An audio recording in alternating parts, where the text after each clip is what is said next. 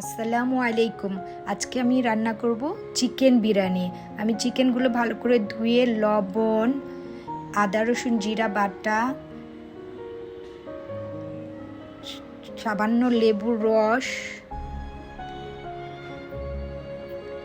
সামান্য তেল দিয়ে ভালো করে মেখে নেই।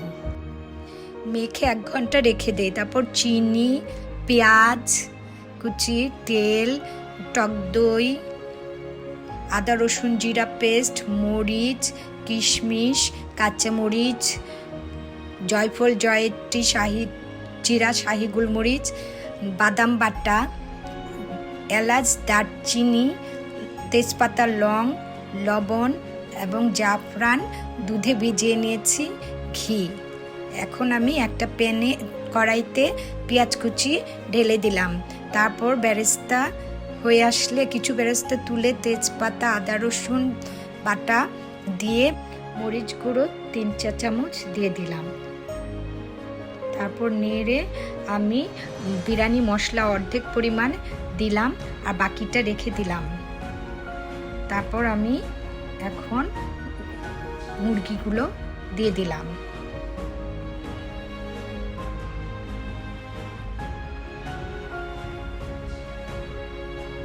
এখন ভালো করে নেড়ে চেড়ে আমি এটাকে রান্না করতে থাকব। তারপর টক দই দিলাম, বাদাম বাটা দিয়ে দিলাম, পরিমাণ মতো লবণ দিয়ে দিলাম। এবার ভালো করে নেড়ে চেড়ে আমি রান্না করব। এদিকে আমি হাঁড়িতে এলাচ, দারচিনি, তেজপাতা তেলে দিয়ে তারপর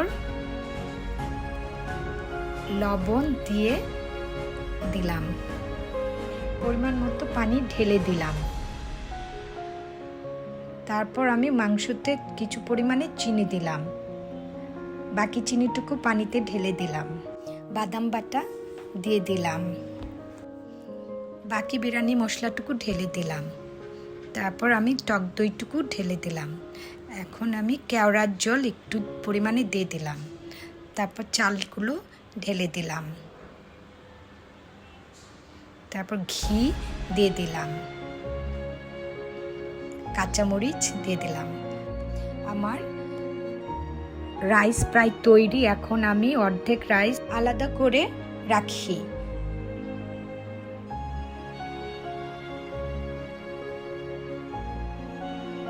তারপর আমি কড়াইয়ের মাংসগুলো ঢেলে দিলাম, দিয়ে সুন্দর করে লেয়ার করে তারপর আমি বেরেস্তা ওপরে ছিটিয়ে দিলাম, কিশমিশগুলো দিয়ে দিলাম। তারপর জাফরানগুলো ঢেলে দিলাম, বাকি রাইসটুকু ঢেলে দিলাম, দিয়ে সুন্দর করে লেয়ার করে তারপর আমি আরো কিছু বেরেস্তা উপরে ছিটিয়ে দিলাম। তারপর বাকি জাফরানগুলো ঢেলে দিলাম। এখন 10 মিনিটের মতো চুলায় দমে দিলাম।